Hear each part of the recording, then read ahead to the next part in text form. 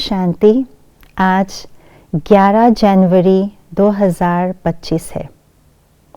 बाबा silence की शक्ति द्वारा, अपनी अव्यक्त स्थिति के द्वारा अपनी परखने की शक्ति को बढ़ाने की बात करते हैं।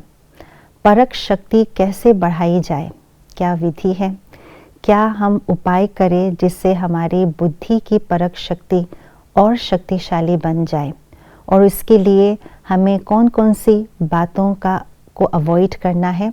आइए आज के स्लोगन द्वारा जानते हैं। ज्ञानी तो आत्मा वह है जो धोखा खाने से पहले परख कर स्वयं को बचा ले। ज्ञानी तो आत्मा वह है जो त्रिनेत्री है, जो त्रिकालदर्शी है और जो मास्टर त्रिलोकीनाथ है। त्रिनेत्री अर्थात इन स्थूल नेत्रों के साथ साथ जिसके ज्ञान के नेत्र भी सदा खुले हुए हो, जिन्होंने अपने ज्ञान के नेत्र को यूज़ किया हो प्रैक्टिकल लाइफ में, वो है त्रिनेत्री। त्रिकालदर्शी वो है जो तीनों कालों को स्पष्ट रूप से देखे, समझे और उसी अनुसार अपने जीवन में प्रैक्टिकल रूप में जो भी कार्य है वो करे। और तीसरी बात है मास्टर त्रिलोकीनाथ। त्रिलोकीनाथ अर्थात तीनों लोकों को जानने वाले, तीनों लोगों को न केवल जानने वाले लेकिन जान करके उसी स्थिति में, उसी अवस्था में अपने आप को रखना, वो है मास्टर त्रिलोकीनाथ।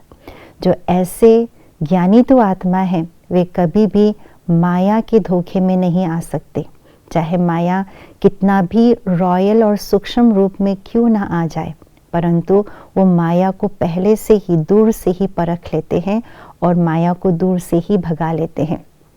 ज्ञानी तो आत्मा स्वयं के भी ज्ञानी होते हैं, बाप को भी जानने वाले होते हैं, समय को भी जानते हैं, संस्कारों को भी जानते हैं और माया को भी, अलग अलग जो माया के बहुरूप है उसको भी जानते हैं। इसलिए वे कभी धोखा नहीं खाते। कई बार ऐसा भी देखने में आता है, कहते हैं हम बाबा के ज्ञानी बच्चे हैं, फिर भी माया के धोखे में आ जाते हैं। क्यों? क्योंकि ज्ञान के तीसरे नेत्र को यूज़ नहीं किया, तीनों कालों को देखा नहीं। तीनों कालों को देखने के नेत्र होते हुए भी सिर्फ एक काल को देखने के नेत्र को खुले रखते हैं, इसलिए धोखा खा लेते हैं। दुनिया में भी जो बेसमझ होते हैं वे भी धोखा खा कर के अगली बार जब कोई परिस्थिति आते हैं उसमें समझदार बन जाते हैं। परख शक्ति धोखा खाने के बाद उसको बढ़ा लेते हैं। तो ये कोई बड़ी बात नहीं है। बाबा ने कहा अगर ज्ञानी तो आत्मा हो करके धोखा खाया और धोखा खाने के बाद सतर्क हुए और परख शक्ति को बढ़ाया तो उसे वास्तविक रूप में ज्ञानी तो आत्मा नहीं कहा जाएगा। ज्ञानी तो आत्मा वो है जो माया को अपने तीसरे नेत्र से देखे। जैसे स्कैनिंग करते हैं कोई मशीन, उस स्कैनिंग करने से सब कुछ पता पड़ जाता है कि अंदर क्या चीज़ रखी हुई है।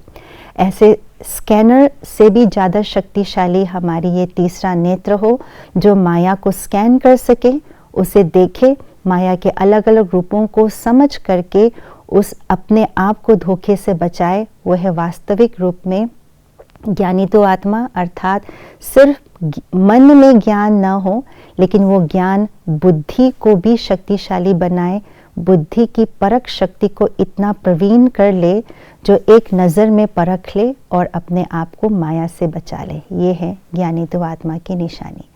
ओम शांति।